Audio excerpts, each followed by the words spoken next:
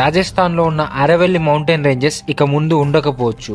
ఎందుకంటే రీసెంట్ గా prime minister Modi government mining కోసం సుప్రీం కోర్ట్ ని అప్రోచ్ అయింది. సుప్రీం కోర్ట్ కూడా దానికి లీగల్ జస్టిఫికేషన్ ఇచ్చింది, మీరు మైనింగ్ చేసుకోవచ్చు అని చెప్పి. సో ఇక్కడ పర్మిషన్ ఇచ్చిన సుప్రీం కోర్ట్ కి అలాగే పిఎం మోడీ గవర్నమెంట్ కి తెలియని విషయం ఏంటంటే అది దాదాపు హిమాలయస్ ఎప్పుడు ఫామ్ అయ్యాయో అప్పుడు ఫామ్ అయింది. అలాగే రాజస్థాన్ లో ఉన్న థార్ డెజర్ట్ ని సెంట్రల్ ఇండియా మొత్తం ఎక్స్పాండ్ అవ్వకుండా ఈ మౌంటైన్ రేంజెస్ ఒక షీల్డ్ లా పనిచేస్తుంది. ఒకవేళ ఈ మైనింగ్ కానీ స్టార్ట్ అవుతే పొల్యూషన్ చూడాల్సి వస్తుంది. దాంతో పాటు ఢిల్లీ ఎయిర్ కండిషన్ బాగోలేదు, అది ఇంకా ఫర్దర్ గా వరెస్ట్ కండిషన్ కి వెళ్తుందని చాలా మంది భయం. అందుకే అక్కడ ప్రొటెస్ట్ చేస్తున్నారు ఆ డిస్ట్రక్షన్ ని ఆపడానికి. ఫైనల్ గా పిఎం మోడీ పై ఒక అలిగేషన్ కూడా ఉంది. అదాని గ్రూప్స్ కి సంబంధించిన చాలా స్టేట్స్ లో ఫారెస్ట్ ఏదైతే ఉందో దానిని చాలా చీపెస్ట్ ప్రైస్ కి ఇచ్చేస్తున్నారని చెప్పి, ఇదే విధంగా ఆరవెల్లి హిల్స్ వాళ్ళకి ఇస్తారేమో అని ఒక స్పెక్యులేషన్ రన్ అవుతుంది. ఇలా ప్రతి సెక్టార్ ని ప్రైవేటైజేషన్ చేస్తూ పోతే కరప్షన్ పెరుగుతుందేమో కానీ డెవలప్మెంట్ కాదు. మీరేమనుకుంటున్నారో కామెంట్ చేయండి.